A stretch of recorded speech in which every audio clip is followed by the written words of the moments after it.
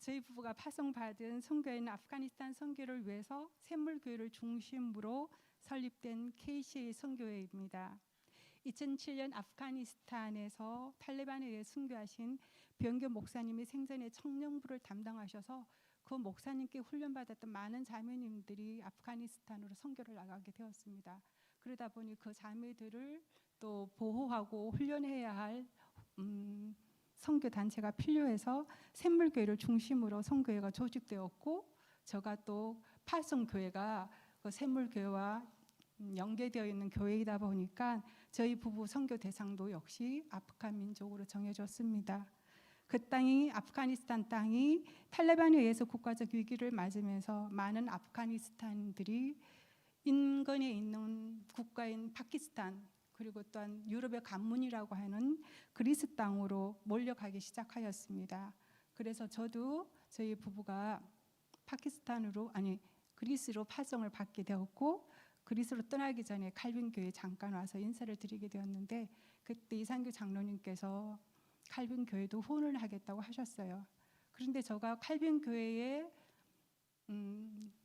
2016년도 한 1년을 섬겼던 것 같습니다. 고작 1년밖에 섬기지 않은 저에게 그 후원을 작정한다는 것이 참 쉽지 않았을 텐데도 불구하고 처음부터 지금까지 변함없이 섬겨주신 것을 생각하며 이 빌립보서 1장 1절을 읽으면서 참 마음이 뭉클했습니다. 그리고 이런 재정적인 후원만이 아니라 기도에 대한 감사도 참으로 컸는데요. 지금은 사실 제가 이제 센터를 운영하면서 14명의 선생님들이 함께 도와주고 계시거든요. 그런데 처음 센터를 시작할 때는 제가 혼자서 한국어도 가르치고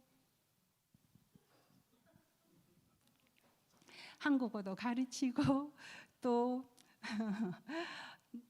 그 한국어 가르치는 동안 아이들이 따라오는데 그 꼬맹이 아이들도 돌봐야 할 정도로 참으로 어려웠어요. 그래서 제가 정말 너무 힘든 가운데 동력자를 위해서 기도할 때 하나님께서 그런 마음을 주셨어요. 칼빈 교회를 비롯해서 파송 교회에서 너를 위해서 기도하는 그 모든 성도들이 너의 동력자다. 너 눈에 보이는 동력자는 없지만 그런 성도님들의 기도가 너를 힘있게 한다라고 하는 마음을 주셨습니다. 그래서 너무 감사였고, 그런 칼빈 교회를 생각할 때마다 제 마음 가운데 정말 사랑의 빛을 많이 진 교회다, 그런 생각을 하게 됩니다.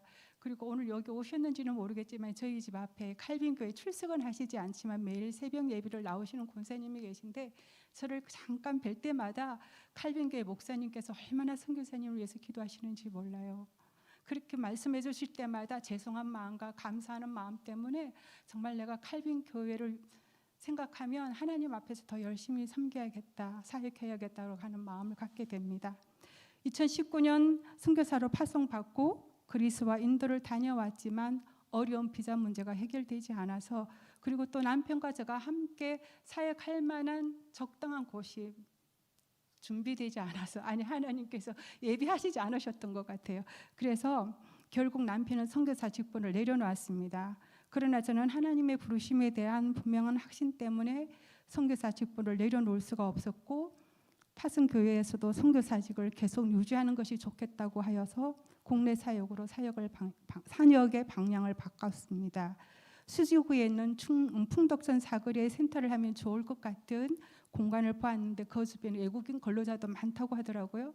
그래서 이곳에 센터를 열면 너무 좋겠다라고 생각하고, 하나님께서 허락하시면 얼마나 좋을까. 그런데 마침 한 자매가 전화가 왔어요. 만나자고. 그런데 만나서 제가 그런 이야기를 했더니 그 자리에서 200만 원을 주시는 거예요. 선교사님, 사실 이거 내가 다른 곳에 쓰려고 준비했는데 선교사님의 말씀을 듣고 보니 이거 선교사님에게 드리라고 하는 것 같아요. 그러면서 그 자리에서 200만 원을 주셨어요. 그렇게 정말 센터 문은 열었는데 구름대 같이 외국인들이 몰려와야 되잖아요. 그런데 그때가 콜로나 때라 가지고 외국인들은커녕 파리 한 마리 정말 센터 문을 두들기지 않았어요. 정말 외롭고 힘든 시간이었지만 어쨌든 하나님께서 센터를 열게 하셨기 때문에 외국인들을 기다려야만 했습니다. 그런데 센터 문에 통해서 들어오는 사람은 아무도 없었지만은 하나님은 무슨 일인지 모르겠어요. 계속 후원금을 보내주시는 거예요. 통장에 정리를 해보면 모르는 사람이 모르는 교회가 후원을 되어 있었어요. 이상하죠. 그런데 매달 월세가 70만 원이었거든요. 이 귀한 헌금을 가지고 이 귀한 후원금으로 매달 70만 원씩 충만 내고 있다는 생각에서 안 되겠다. 센터 문을 닫자. 그리고 출근을 딱 하는데 박선영 집사님 오늘 오셨습니까? 저에게 전화했어요. 선교사님 선교 안 하실 거예요. 후원 통장 계좌번호 가르쳐 주세요. 그러다 보니까 선교문을 닫고 싶어도 하나님께서 사람을 통해서 닫지 못하도록 막으셨습니다. 국내 사역으로 방향을 바꿀 때 후원교회나 선교 후원자가 사실은 저에게 별로 없었습니다. 남편의 재정적 부담 때문이라도 사역을 내려놓으라고 강력히 권하였는데 하나님은 그런 남편에게 이 일은 내가 한다라고 하시는 것처럼 계속적으로 후원금이 모이기 시작하여서 비록 센터에 쓰는 사역이 전혀 없었지만은 모은 후원금을 코로나로 인하여서 사역하기 어려운 사역지나 혹은 단체에 흘려보내는 것도 너의 사역이라고 하는 하나님의 마음을 주셨습니다. 그래서 코로나 때문에 한국에 들어오고 싶어도 들어오지 못하시는 선교사님에게 비행기 삭스를 보내기도 하였고, 또 코로나 때문에 직장을 잃어버려서 월세를 내지 못하는 자매에게 월세를 대신해서 내어주기도 하였고, 후원금이 90% 이상 중단되었다며 찾아온 어떤 구호단체에 또 교회에 후원금을 모인 것들을 다 흘려보내었습니다.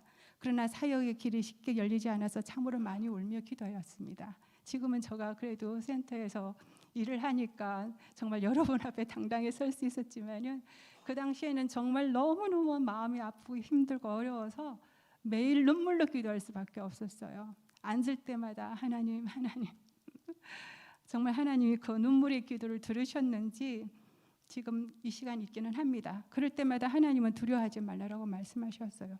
내가 반드시 너를 통하여서 일할 것이다 라고 말씀하셨어요. 하지만 현실은 아무런 변화가 없었고 시간만 가고 있었기 때문에 답답한 마음에 무엇이든 해야겠다는 생각이 들었습니다. 몇 곳의 외국인 문화센터에 가서 도움을 요청해 봤어요. 너무너무 싫어하셨어요. 마치 제가 자신이 섬기고 있는 그 외국인을 정말 어떻게 뺏기라도 한다고 생각을 하셨는지 너무너무 차갑게 대하셔가지고 마음의 상처를 받고 왔어요.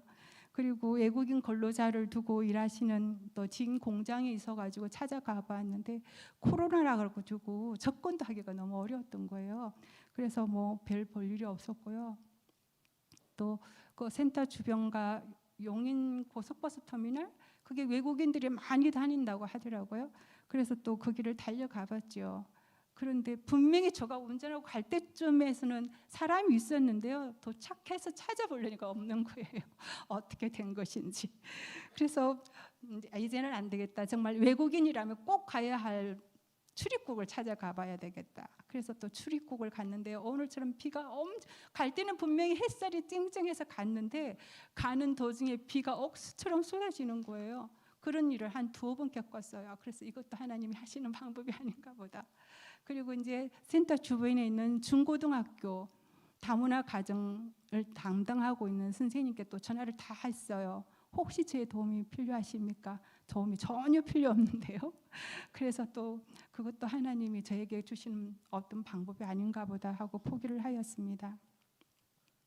새벽 5시에 센터에 출근해서 혼자 새벽 예배를 드리고 비록 찾아오는 외국인들은 없었지만 하나님 앞에서 정말 최선을 다하고 싶었습니다. 낮에는 부족한 언어 공부도 하고 외국인 사역에 필요한 상담 공부도 하면서 정말 힘든 시간을 보내었거든요. 그쯤에 우리 강 목사님께서 찾아오셨어요. 그래서 정말 위로해 주시고 격려해 주시고 기도해 주셔서 얼마나 힘이 되었는지 모릅니다. 그래도 1년 이상 혼자 센터를 지키고 있는 것이 너무 힘들고 답답해서 1박이라도 여행을 다녀오기로 작정하였습니다. 그런데 여행 가기로 작정한 날 새벽에 침대에서 내려오다가 그만 고관절 골절상을 크게 입었어요. 그래서 제가 인공관절 삽입 수술을 받았습니다. 그래서 아까 전에 저기 집사님께서 이렇게 신발을 신고 올라오시지 그렇게 이야기하셨는데 혹시 제가 여기서 넘어질까 봐 그래서 신발을 벗고 양말을 신고 올라왔습니다. 그런데 저의 그렇게 큰 고관절 수술을 하게 되었음에도 불구하고 저희 입에서 하나님 왜 이러세요? 그렇게 하지 않았어요. 오히려 하나님 저의 외롭고 답답한 마음을 아시고 병원으로 피할 길을 주셔서 센터에 나가지 않아도 전혀 부담스럽지 않게 해주셔서 너무 감사합니다라고 기도하였습니다.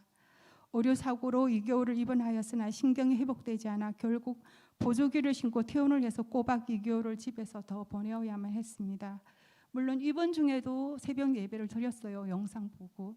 그리고 집에 와서도 영상으로 새벽 예배를 드렸습니다. 그런데 너무너무 교회 가고 싶었어요. 정말 너무너무 교회 가고 싶었어요. 하나님 앞에 예배 드리고 싶었고 기도 드리고 싶었어요. 그렇지만 수술한 다리가 오른쪽이다 보니 운전을 할 수가 없잖아요.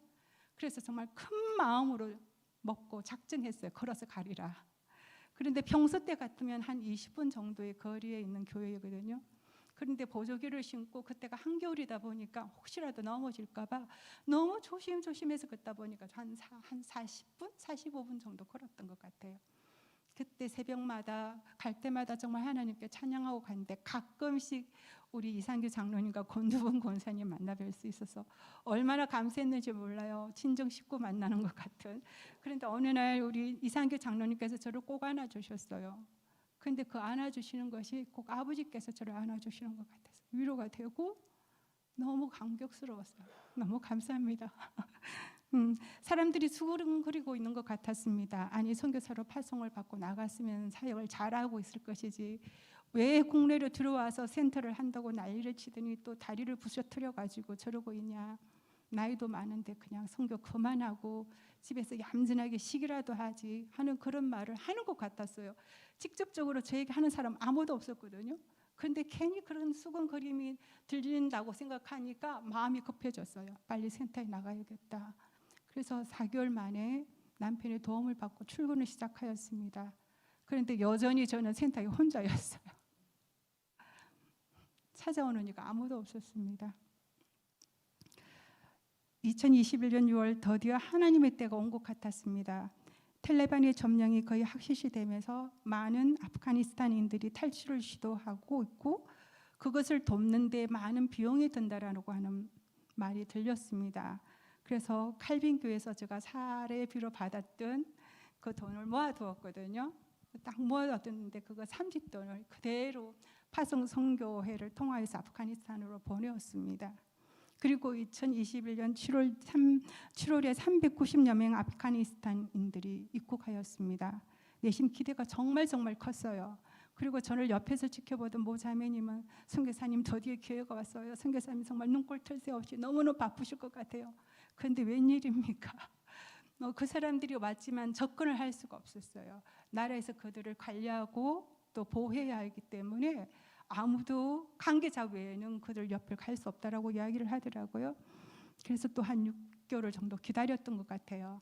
그리고 그들이 제천과 여수에서 공동체 생활을 마치고 용인 또 울산, 인천으로 이렇게 흩어지게 되었거든요. 근데 그때 이제 용인으로 오게 된 7가정, 그 7가정의 통역을 맡게 되신 선교사님 부부를 파송 선교사요 황송 선교에서 저를 소개해 주셨어요. 그때부터 사역의 문이 조금씩 열렸던 것 같습니다.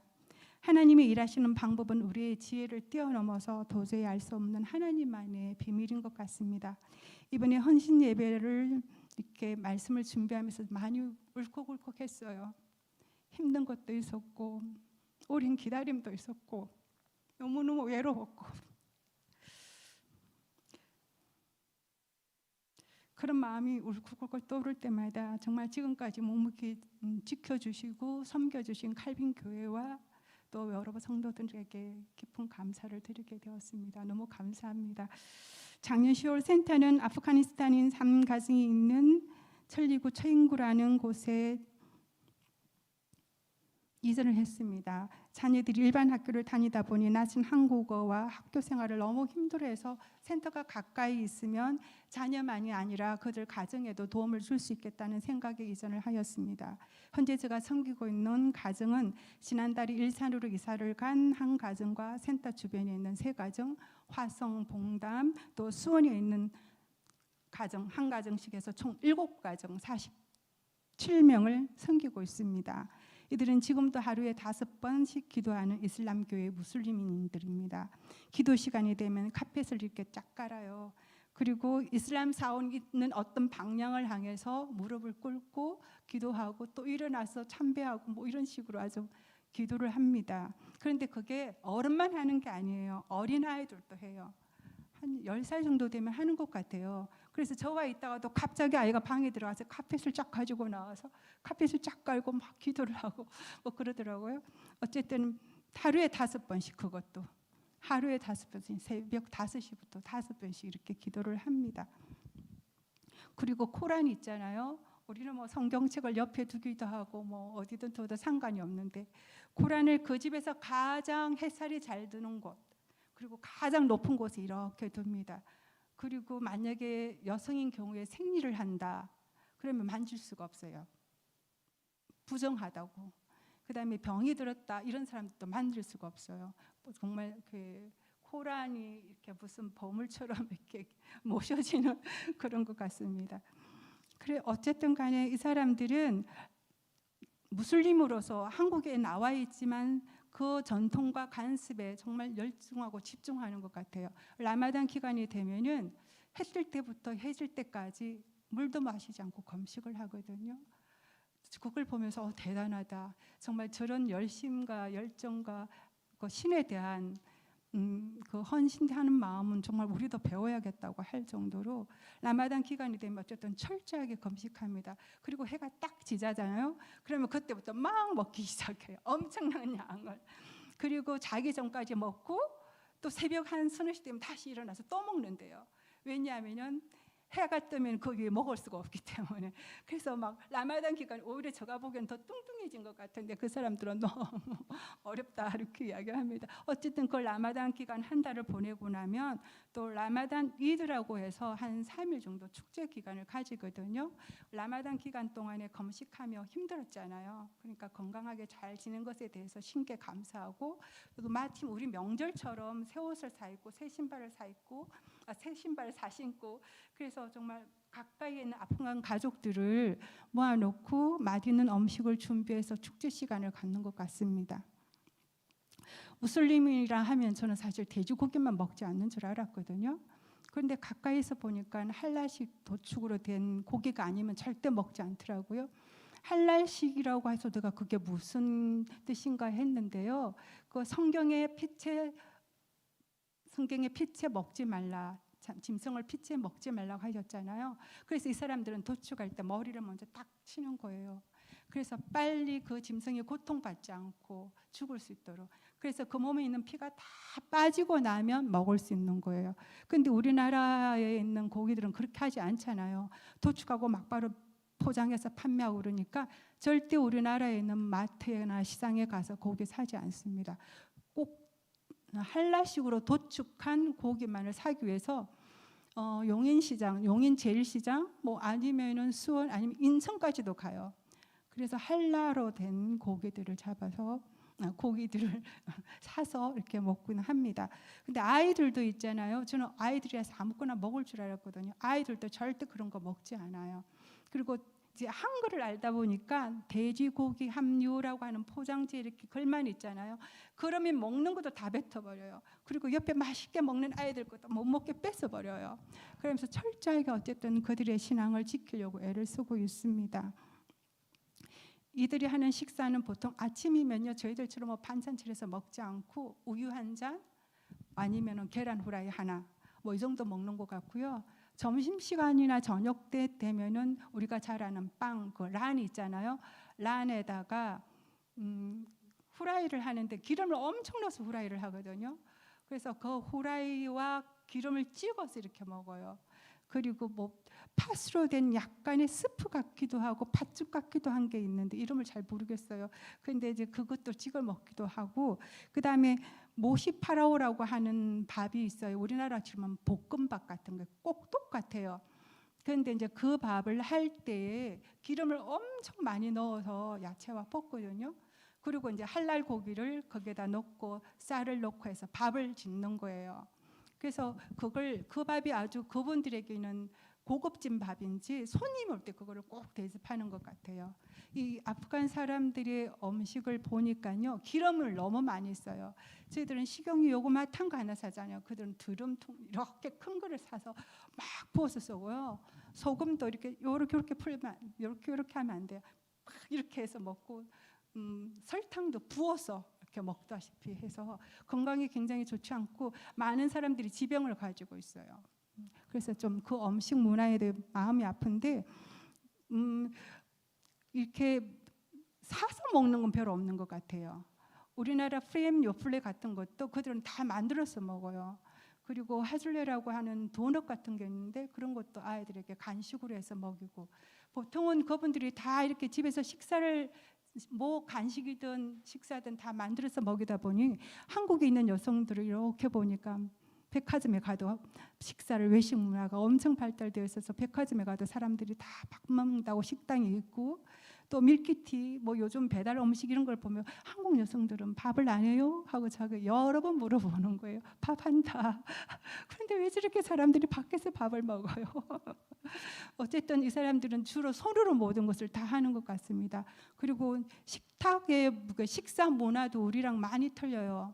저희들이 식탁을 다 준비해서 줬거든요. 식탁 의자까지 다 세트로 준비해서 줬는데 그것을 사용하지 않고 카펫 바닥 위에다가 커다란 비닐을 이렇게 깔아서 그 위에 음식을 차리는 거예요.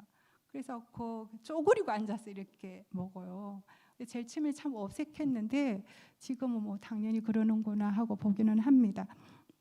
어쨌든 아프간 민족은 저희들과 참 많이 다른 점이 있는 것 같습니다. 그들은 친족 중심 사회예요. 그래서 일가 친척들이 매일 아침에 만날 수 있는 거예요. 그러니까 저희들도 만나면은 뭐 밥 먹고 자고 가세요, 이게 보통 인사예요. 그냥 왜냐하면 일가 친척들이니까 늘 그렇게 해왔던 것 같아요. 그러니까 자고 가세요 이거를 너무나도 쉽게 이야기해서 제일 처음에는 충격을, 왜 자고 가라 그러냐 막 충격을 받았는데, 그 사람들은 그게 문화여 가지고 일가 친척들과 가까이 지내는 그런 생활을 통해서 결혼도 그 안에서 하는 거예요.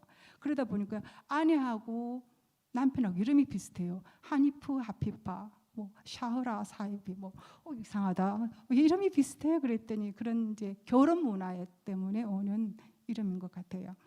그리고 결혼하는 연령대도 저희들은 요즘 뭐 30대 이상 되어야만 하잖아요.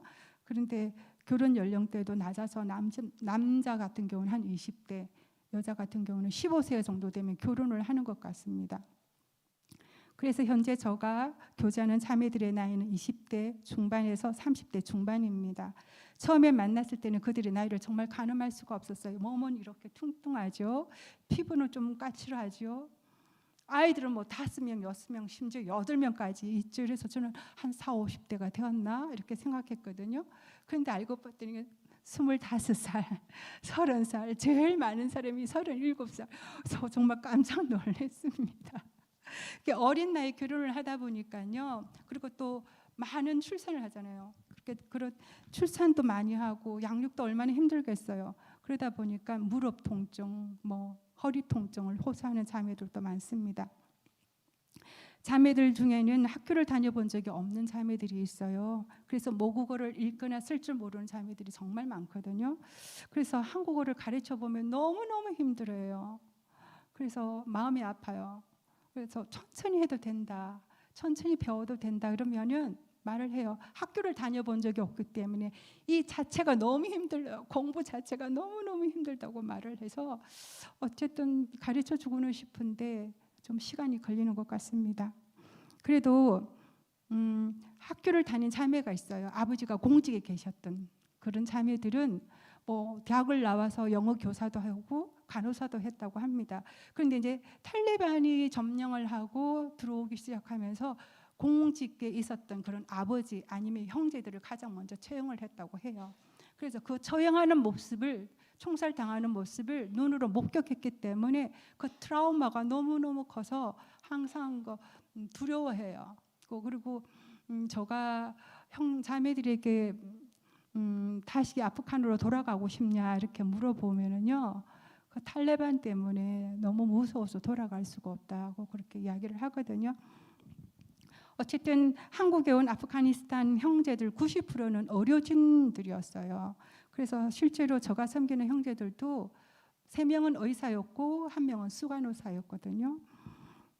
뭐 나머지 친구들도 다 대학을 졸업해서 그래도 아프가니스탄에 쓰는 좋은 직종을 다녔던 엘리트들입니다. 그러나 정부에서 그들의 전문성이나 경력을 인정하지 않기 때문에 아무리 의사였다고 할지라도 이전의 직종을 가지고 있는 사람은 아무도 없습니다. 갑작스러운 한국행은 탈레반의 공포로부터 벗어날 수 있었지만 새로운 문화와 환경에 적응하기는 정말 너무 어려운 것 같아요. 특별히 가정의 생계를 책임지고 있는 형제들에게는 너무나도 큰 부담감 같습니다. 그래도 고향에서는 최고의 대접을 받으며 직장 생활을 하고 익숙하게 편안하게 지냈던 그들이 졸지 한국에 와서 주간 야간 교대 근무를 해야 하고 공장에서 30km 넘는 PVC로를 이렇게 하루에도 몇 번씩 옮겨 다녀야 하는 것들을 보면 마음이 아파요. 그리고 실제로 다치기도 하고 또 그 공장에서 인명사고도 있었고 이러다 보니 형제들이 너무 두려워하는 거예요. 그래서 4명이 입사를 했는데 3명이 퇴직을 했어요. 근데 1명은 정말 다행히 사무직을 찾아서 한 달 전에 인천으로 이사를 갔고 2명은 아직도 실직 중에 있습니다. 그런데 감사하게도 이 사람들은 모두가 가족들이 보통 8명, 7명 뭐 이렇거든요. 그러다 보니까 나라에서 기초생활수급 대상자로 선정을 해줘가지고요. 뭐 의료비, 교육비, 주거비 등등이 다 나오고 있고요. 그다음에 실업급여 그것도 나오다 보니까 비록 퇴직은 했지만은 아직까지 생계에는 큰 어려움이 없는 것 같습니다. 그리고 의사였던 한 형제도 영양식품 회사에 취직을 했지만 월급을 65%나 삭감한다는 말에 이제 이달까지만 다니고 퇴직을 하겠다고 결정을 하였습니다. 그중 치과 의사였던 친구는 의료기 회사, 제조 회사에 연구진으로 지금 근무하고 있거든요. 그래도 그나마 제일 좋은 직장에서 안정적으로 생활하고 있는 것 같습니다. 그래도 한국의 집값이 엄청 비싸잖아요. 월세 100만 원을 내는 것이 너무 부담스러워서 퇴근 이후에 할 일이 없느냐고 저희들에게 계속 물어보고 있어요. 그래서 정말 조금이라도 1-2시간 정말 아르바이트라도 할 수 있는 직종이 있으면 너무 좋겠다는 생각을 해보았습니다. 자매들과 아이들은 아프가니스탄에 있을 때 경제적으로 여유롭고 안정적이었던 생활을 많이 그리워하고 있습니다. 그래서 자매들에게 다시 고향으로 아까처럼 돌아가고 싶냐고 물어봤더니 고향에 계신 일가 친척들이 너무너무 보고 싶어서 정말 가고는 싶지만 혹시 남편이 가서 살해될까 봐, 혹시 남편이 처형될까 봐 무서워서 못 간다.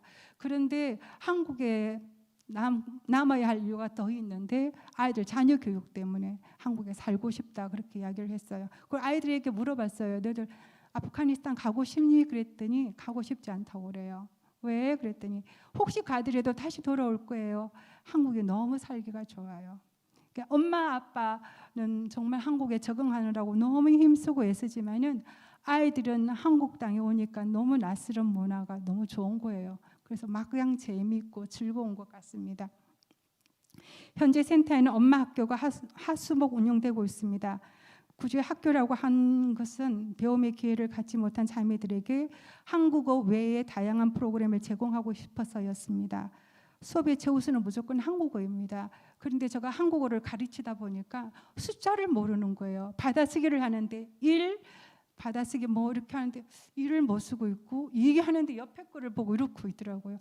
그래서 안 되겠다. 수학도 해야겠다. 그래도 슈퍼마켓 가서 혼자 뭔가를 사려면 계산을 하고 와야 되잖아요. 그래서 수학도 제가 하고 있고요. 그다음에 이제 한국 문화를 빨리 익혀야 하기 때문에 뭐 한국 음식 맛보기 아니면 뭐 카페나 백화점 같은 거 가보기 등 체험 학습을 하고 있습니다. 자녀들이 한국어와 한국 문화에 익숙해지면서 엄마를 무시하기 시작하는 거예요.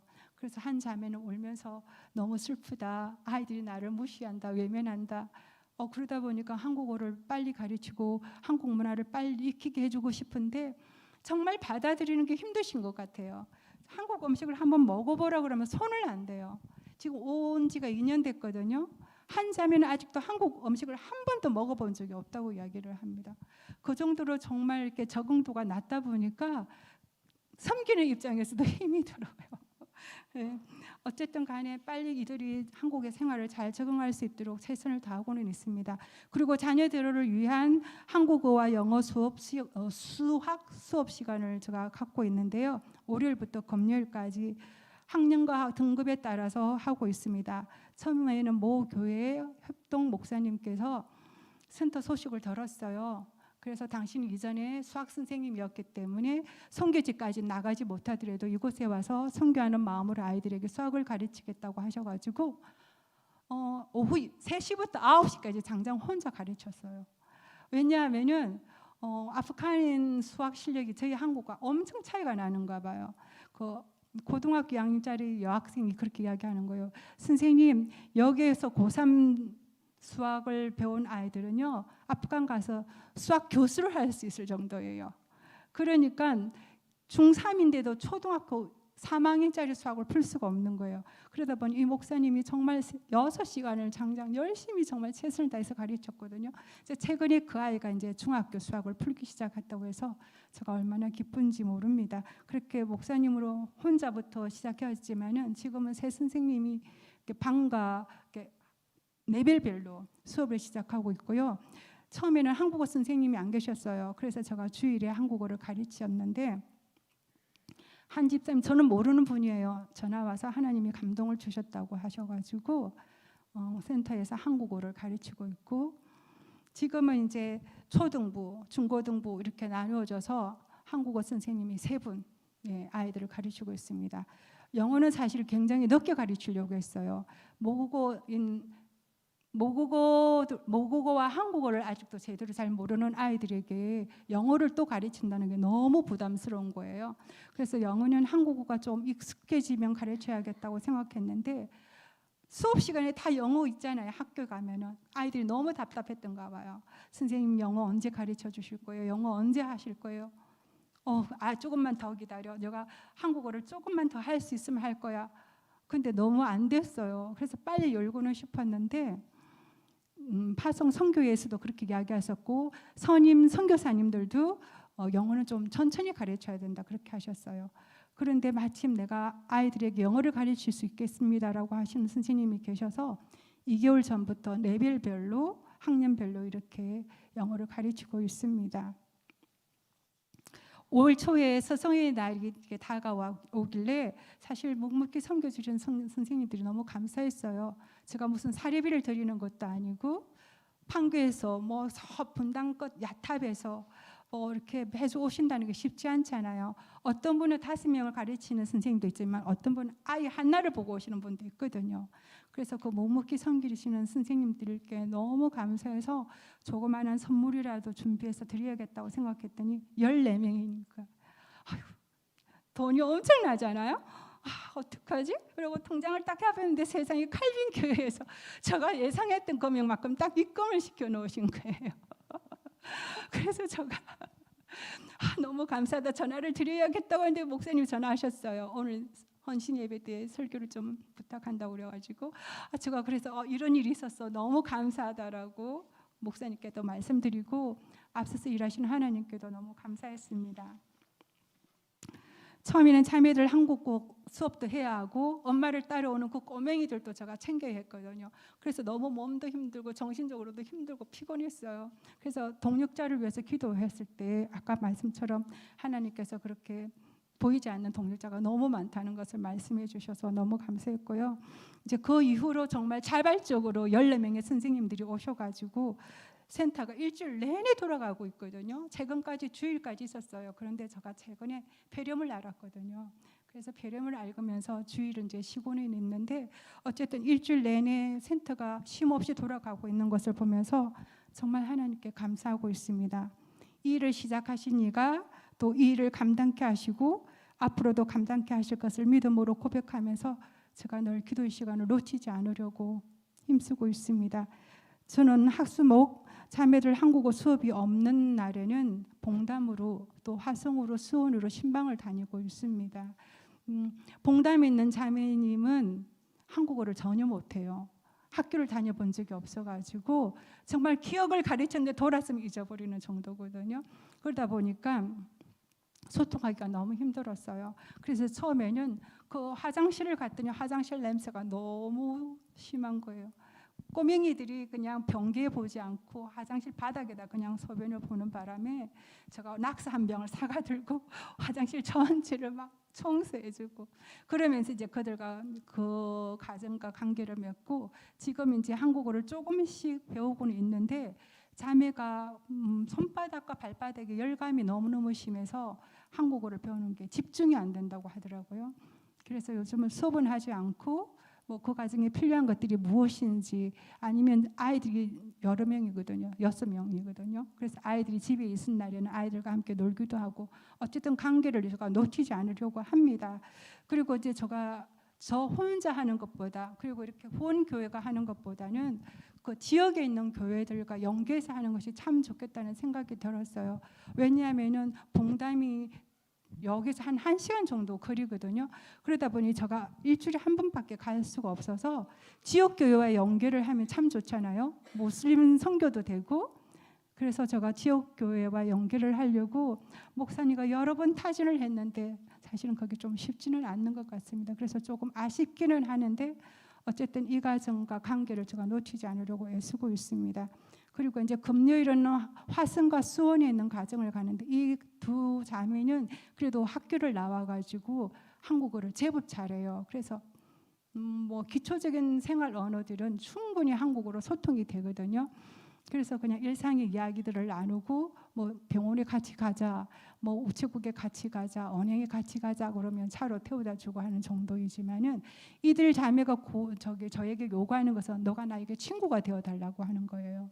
한국에 와서 한국어는 배우지만 그 한국어를 쓸 수 있는 일이 없다는 거예요. 한국어 친구가 없는데 한국 친구가 없는데 어디 가서 내가 그 한국말을 쓰느냐. 너가 나에게 친구가 되어달라 그렇게 이야기를 합니다.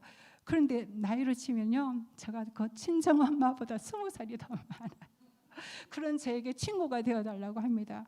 그러다 제가 뭐 한 주라도 무슨 일이 있어서 못 가게 되면 너무너무 섭섭해하고 기다리고 있기도 합니다. 근데 최근에 이제 이 수원에 있는 자매가 남편이 소아과 의사였거든요. 그런데 한국에 와서 뭐 정말 제대로 된 직장을 다니지 못하고 또 지금 실직상 다음 달이면 이제 이달이면 그만두게 될 그런 상태다 보니 우울증이 또 심하다니 불면증 이런 것들이 막 겹쳐져서 너무 힘든 시간을 지금 보내고 있어요. 그래서 제가 매주 가서 교제는 하고 있지만 헤어질 때는 안타까워요. 사람이 있을 때는 괜찮대요. 불안하지도 않고 두렵지도 않고 너무 편안하고 좋은데 사람이 없을 때는 너무 힘들다고 이야기를 하는 거예요. 그래서 제가 나올 때는 꼭 안아서 예수 이름으로 기도해주고 나옵니다. 근데 그 자매가 한국말을 잘 알아듣다 보니까 내가 당신이 무슨 말을 하는지 내가 다 알고 있어. 그런데 당신이 믿는 신의 이름이 예수냐? 그렇게 물어봐요. 그래 맞다. 내가 믿는 신은 예수다. 너도 예수님의 이름으로 기도해라. 그래서 너의 건강이 회복되었으면 좋겠다. 직접적으로 제가 복음을 전할 수는 없었지만 어쨌든 예수의 이름으로 내가 너를 섬기고 있다라고 그렇게 이야기는 하고 나옵니다. 이번 방학에는 정말 다양한 프로그램들을 제가 준비하고 있어요. 지난주, 이번 주 한국 가정 체험 프로그램을 진행 중에 있거든요. 제가 섬기는 가정이 7가정이기 때문에 파송교회에 연락을 해서 이 7가정을 섬길 수 있는 분들을 신청 좀 받게 해달라. 그랬더니 딱 7가정이 신청한 거예요.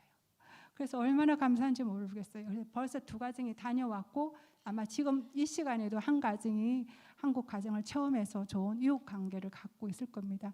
정말 이 땅에서 낯선 나그네처럼 살아가는 자들, 정말 친구가 없어서 외롭고 힘든 이들에게 하나님께서 좋은 이웃을 만날 수 있는 기회를 주신 것 같아서 너무 감사드립니다.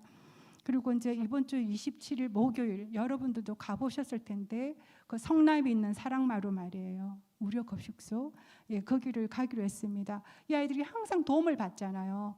그러다 보니까 도움을 자기네들이 줄 수 있는 기회를 내가 제공해야겠다는 생각이 들었어요. 이 아이들이 쓰고 있는 핸드폰 저보다 더 좋은 거예요. 이 아이들이 쓰고 있는 노트북 저보다 더 좋은 것들이에요. 왜냐하면 이게 저기 이런 기업 저런 기업에서 정말 다양한 것들을 계속 제공하고 있어가지고 이 애들은 정말 말만 하면 다 도와주는 줄 알고 있어요. 그러다 보니 도움을 줄 수 있는 사람으로 정말 양육되어야겠다는 생각에서 사랑마루를 지난 겨울 방학부터 갔거든요. 그런데도 이번에 가겠다고 이야기를 해서 너무 기특해서 그래 너희들 봉사 다 끝나면 내가 영화관에 가서 영화 보여주겠다 그랬더니 벌써부터 정말 기대가 엄청나게 큽니다. 아이들 대부분이 사실 집 부근에 있는 학교를 다니고 있어요. 그래서 버스를 타보지 않은 아이들도 있고 아직 지하철을 타보지 않은 아이들도 있어요. 그래서 8월 12일 날 대중교통을 이용해서 경기도 박물관을 가기로 했습니다. 아프가니스탄에서는 지하철이 없다고 그러더라고요. 그러니까 아이들이 얼마나 기대가 되겠어요. 그래서 저도 정말 기대가 됩니다. 아이들이 그 반응이 정말 보고 싶습니다. 어쨌든 간에 8월 12일 날 대중교통 이용하기로 하기로 했고요. 그다음에 7가정이 이렇게 용인, 수원, 하성, 봉담 이렇게 막 흩어져 있다 보니까 한 자리에 모일 수 있는 기회가 전혀 없어요. 그래서 8월 15일 광복절 날 이 가정들이 다 모여서 체육대회를 하면 얼마나 좋을까 그런 생각을 했습니다. 그래서 8월 15일은 무조건 체육대회다. 그렇게 딱 선포를 하고 계산을 하니까 7명이 모이면 7가정이 모이면 47명이잖아요.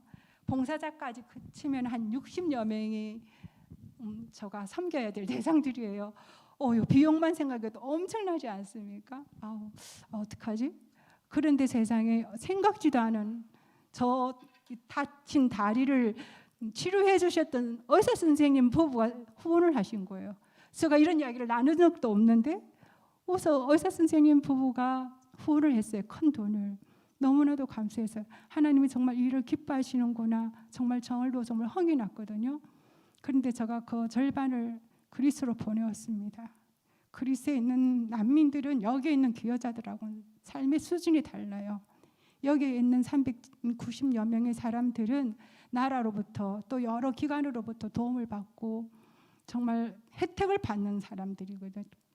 그런데 그리스에 있는 난민들은 지금 당장 먹어야 할 한 끼의 그 빵, 한 끼 식사에 빵이 없어서 어딜 가야 얻어 먹을 수 있나. 오늘 밤 잠은 어디 가서 자야 할 정도로 나그네 된 자의 삶을 살고 있거든요. 그래서 비록 체육대회를 할지 안 할지는 모르겠으나 그의 절반을 뚝 떼어서 그리스로 보내었습니다. 그리고 그 일부 중에 또 노숙자 사역을 하시는 목사님이 계세요. 이제 곧 그때가 장막 오기 전이었거든요. 그래서 곧 장막 올 텐데 그분들에게 우유를 사드리라고 비옷을 사드리라고 보내었어요. 근데 이렇게 비가 많이 오니 하나님이 앞서서 정말 섬기게 하셔서 얼마나 감사한지 모르겠습니다. 이제 체육대회는 할지 안 할지 모르겠는데 저의 체육대회 소식을 파송교회가 들었어요. 그래서 파송교회에서 전액 비용을 전액 부담하겠다 이렇게 말씀해 주셔서 얼마나 감사한지 모릅니다. 저는 그냥 하나님께서 주신 것 이렇게 흘려보냈는데 하나님은 항상 누르고 넘치도록 제게 채워주셔서 이런 일을 경험할 때마다 하나님이 정말 나를 이 일에 부르셨구나 하는 확신을 가지게 돼요. 그리고 이 일을 하나님께서 또 어떻게 해결해 나가실까 앞으로에 대해서 계속적으로 기대하게 됩니다. 그래서 정말 이 일을 할 때 흥이 난다고 해야 되나요? 신이 난다고 해야 되나요? 정말 너무 감사가 넘치는 것 같습니다. 센터 이름이 메리디오입니다. 이는 그리스어로 나눔이라는 뜻입니다. 센터 이름을 정할 때 정말 많이 기도하고 하나님께서 어떤 사역을 저에게 하기를 원하시는지 어떤 사역을 기대하시는지 대해서 말씀을 통해서 정말 찾고 싶었어요. 그래서 말씀을 읽다가 신명기 14장 29절이 눈에 들어왔습니다. 너희 중에 풍기시나 기업이 없는 레위인과 내 성중에 거류하는 객과 고아와 가부들이 와서 먹고 배부르게 하라. 그리하면 내 하나님 여호와께서 내 손으로 하는 범사에 내게 복을 주시리라. 아멘. 이 말씀대로 센터 사역을 하기 위해서는 하나님이 주신 것을 나누어야겠다는 뜻에서 나눔이라는 뜻을 가진 메리디오를 정했습니다. 사역을 하면서 저 입으로 후원금에 대해서 단 한 번도 이야기를 해본 적이 없어요. 누구에게 단 한 번도 부탁을 해본 적이 없어요. 그런데 하나님이 하나님의 일을 위해 필요한 재정을 채우시고 사람들을 보내주시면서 빌립보서 1장 6절의 말씀 그대로 이 일을 시작하신 이가 주님이심을 알게 하셨고 복음을 전하기 위해 시작된 이 일이 그리스도 예수의 날까지 멈추지 않고 이어져 나갈 것에 대해 확신하게 하십니다. 복음을 들을 수 없는 나라의 백성들을 하나님의 방법으로 흩으셔서 복음을 들을 수 있는 나라로 보내시기까지 그들이 주께로 돌아오기를 원하시는 하나님이 그들을 향한 그들의 민족을 향한 특별한 사랑의 계획을 갖고 계시다는 것에 대해서 확신하게 되면서 그 귀한 일에 부족한 자를 부르신 하나님께 감사할 뿐입니다. 사역의 문이 오랫동안 열리지 않자 그간 가까이 할 때 믿음의 자매들이 떠나기 시작했어요. 정말 마음이 아팠습니다. 그리고 남편도 나이가 있으니 은퇴하라고 말을 했어요. 딸도 엄마가 가지고 있는 그 하나님에 대한 사랑, 하나님에 대한 열정, 하나님 이미 다 받으셨다. 사역 안 해도 돼. 이제 그만 내려놔. 그렇게 이야기를 했습니다. 그런데 그런 말을 들을 때마다 그래 포기해야지. 내려놓아야지. 이게 아니었어요. 아니야. 하나님이 분명히 하실 거야. 하나님이 분명히 하실 거야 라는 확신이 저 속에 더 커지게 되었습니다. 최근에 저를 떠났던 믿음의 자매들이 돌아왔어요. 그리고 센터에서 지금 성생료로 섬기고 있고요. 끊었던 후원도 계속 하겠다고 연락 오는 자도 있습니다. 은퇴하라는 남편도 제가 사역에만 전념할 수 있도록 최선을 다해서 가사 일을 도와줘요. 최근에 저희 남편이 김장까지 담았어요. 여름 김장. 그래서 딸내로 아들내로 보내줬어요. 얼마나 감사한지 모릅니다. 제가 센터에 또 신방으로 늘 바쁘기 때문에 행정적인 일들은 잘 몰라요. 모르기도 하고 할 수도 없어요. 그러다 보니 남편이 최선을 다해서 아프가니스탄 가정을 도우려고 뭐 주민센터니 또 뭐 복지센터니 이렇게 찾아다니면서 지원하는 일을 섬기고 있습니다. 딸은 하나님이 하늘에서 엄마 앞으로 그들을 보내주신 것 같다면서 기도의 힘이 얼마나 큰지를 알겠다고 응원하고 있습니다. 모두가 하나님의 은혜입니다. 정말 하나님의 은혜라고 밖에는 설명을 할 수가 없습니다. 정말 기적적인 일들이 저의 인생에 일어난 겁니다. 저는 지금도 다리가 감각신경이 불편해요. 그래서 여기 신발을 신고 올라오지 않은 이유가 혹시 신발이 걸려서 넘어질까 봐 겁이 나서 지금 이렇게 올라오지 않았어요. 그리고 또 제가 폐렴을 3개월 동안 약을 먹었어요. 2주 입원하면 될 거를 갖다가 사역하느라고 입원할 수가 없어서 3개월 약을 먹고 최근에 이제 겨우 회복이 되었거든요. 그래서 사실 건강에 대한 자신은 없습니다. 그리고 한국어를 가르치다 보니 한국인이기 때문에 내가 한국어를 쓰고 읽고 말하지 사실은 한국어의 그 많은 문법, 다양한 문법, 어휘에 대해서 제가 제대로 알지도 못하면서 막 가르치고 있는 것 같아요. 그래서 한국어 교원 공부를 최근에 시작을 했거든요. 그러다 보니 정말 하루가 어떻게 지나가는지 모르게 정신없이 보내게 됩니다. 그래도 이 나이에 하나님께서 하나님의 일에 부르시고 또 서신다고 하는 생각을 하면은 정말 하루하루 매일매일 감사하며 지내고 있습니다. 우리가 속한 모든 공동체는 누구 한 명의 절대적인 헌신과 수고로만 세워줄 수가 없습니다. 특별히 교회 공동체는 예수 그리스도를 머리로 하여 온 성도가 유기적인 관계 가운데 한 마음이 되어 서로 섬길 때 하나님이 기뻐하시는 교회, 성령 안에서 하나 되는 교회가 될 수 있습니다. 저의 사역 역시 마찬가지입니다. 후원교회와 선교사 간의 신뢰적인 관계와 동력이 없으면 사역을 할 수가 없습니다. 선교사는 단독적으로 사역합니다. 그래서 목사님처럼 이렇게 잘하나 못하나 지켜보는 눈이 아무도 없어요. 그래서 제가 마음만 먹으면 보내주시는 후원금으로 저 마음대로 개인적으로 남용할 수도 있어요. 그리고 사역이 없어도 확대해서 보고할 수도 있습니다. 그렇지만 이렇게 후원교회와 연결이 되어 있다면 저는 그렇게 할 수가 없겠죠. 어쨌든 간에 후원교회가 있으면 저는 동력하면서 주님께서 부르시는 그 복음 전하는 일에 전념할 수 있어요. 그리고 후원교회는 또 선교에 대한 비전, 관심을 계속적으로 성도들에게 흘려보낼 수 있기 때문에 서로가 함께 복음을 위한 일에 또 참여하고 그 은혜를 누릴 수 있는 복이 있습니다. 저의 인생에 있어서 지금 이 시기는 모든 면에서 정말 안전하고 편안합니다. 마음껏 누릴 수도 있고 즐길 수도 있고 그간 교회 일 열심히 했으니 저가 쉰다고 해서 누가 뭐라고 할 사람이 아무도 없는 것 같습니다. 그런데 이 좋은 시간과 기회를 하나님께 드리기로 작정하고 나니 오히려 시간이 없는 것 같아서 정말 매일매일 아쉽다고 느껴집니다. 오늘 헌신 예배를 드리시는 3, 4 남전도회 성도만이 아니라 여기 모인 우리 모두가 예수 그리스도의 구속의 은혜로 말미암아 하나님의 자녀 되었음을 확신한다면 지극히 선한 것을 분별하며 진실하며 허물이 없는 그리스도인으로서의 삶을 살아가야 할 것입니다. 믿는 자에게 은퇴하는 날은 남편은 빨리 은퇴하라고 하였지만 믿는 자에게 은퇴하는 날은 본향으로 돌아가는 날입니다. 그날 하나님 앞에 설 때에 우리 각자는 어떤 의의 열매를 들고 설 것인지 지금부터라도 우리는 고민하고 또 그것을 실천하는 그런 삶을 살아야 합니다. 기도 제목 나누고 몇 장 준비한 사진들을 보여드리고 마치도록 하겠습니다. 앞에서 말씀드린 것처럼 현재 실직 중인 2명의 형제와 곧 퇴직하게 될 1명의 형제를 위해서 기도해 주십시오. 이들은 정말 유능한 자들이거든요.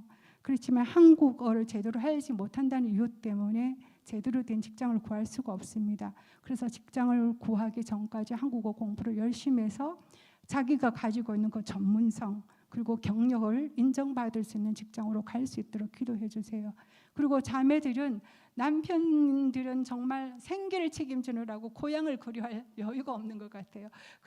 그렇지만 자매들은 그 고향에 대한 그리움 또 친구가 없는 외로움 이런 여러 가지 때문에 마음이 너무 힘들고 어렵거든요. 그래서 우울증, 불안, 불면증 같은 그 자매들 그리고 또 그 손바닥 발바닥에 있는 그런 열감 때문에 잠을 이루지 못하고 있는 그런 자매들이 빨리 건강을 회복해서 한국 생활을 잘 적응했으면 좋겠습니다. 그리고 방학 동안에 있을 프로그램들이 첫째는 안전하게 잘 진행되었으면 너무너무 좋겠어요. 그리고 또 학습에도 또 진보가 있는 방학을 보낼 수 있도록 기도해 주세요. 마지막으로 하나님께서 맡기신 무슬림인들이 정말 지금은 저에게 필요로 해서 다가오고 있거든요. 하지만 언젠가는 복음에 대해서 정말 마음이 열려서 복음을 전할 수 있는 기회가 있을 수 있도록 함께 기도해 주십시오. 저기 사진 좀 보여주시면 감사하겠습니다. 저 사진이 바로 저들의 식탁입니다. 저게 카펫인데 거기에 저렇게 비닐을 깔아놓고 음식을 차려놓고 먹습니다. 저기 있는 음식이 아까 전에 말씀드렸던 모시 파울러라고 해가지고 우리나라 그 볶음밥과 같은 비슷한 거예요. 그리고 옆에 종게 조그맣게 들어있는 거 그것이 아마 그들이 찍어 먹는 팥죽 같기도 하고 무슨 스프 같기도 한 그런 것 같아요. 매번 저렇게 야채랑 그 파시멜로나 뭐 이런 것들 가지고 식사를 하는 건 아니에요. 그냥 손님이 오시면 귀한 손님이 오시면 저렇게 대접하는데 제가 갔을 때 차려준 밥상입니다. 그 다음 사진 보여주시면요.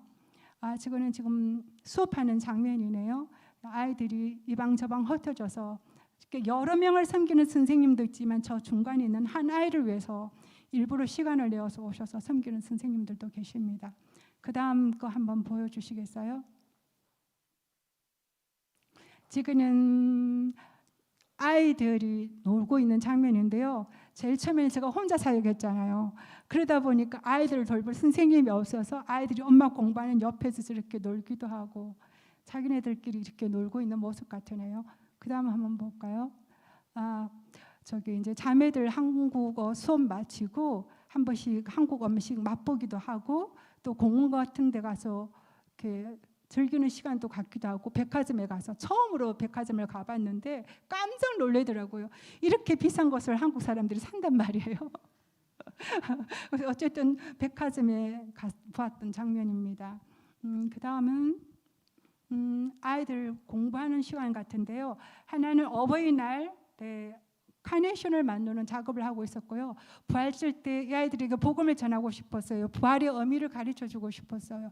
그런데 할 수 있는 방법이 없어서 제가 계란을 삶아가지고 아이들 보고 너희들 마음대로 그림을 그리라 했더니 너무 신나는 거예요. 아니 계란에다가 그림을 그리라고? 뭐 이러면서 너무 신나게 그렸어요. 근데 제가 이제 가족별로 이렇게 가족 인원수별로 이렇게 담아서 그냥 가정에 보내었습니다. 집에 가서 맛있게 먹어 그러고 보내었습니다.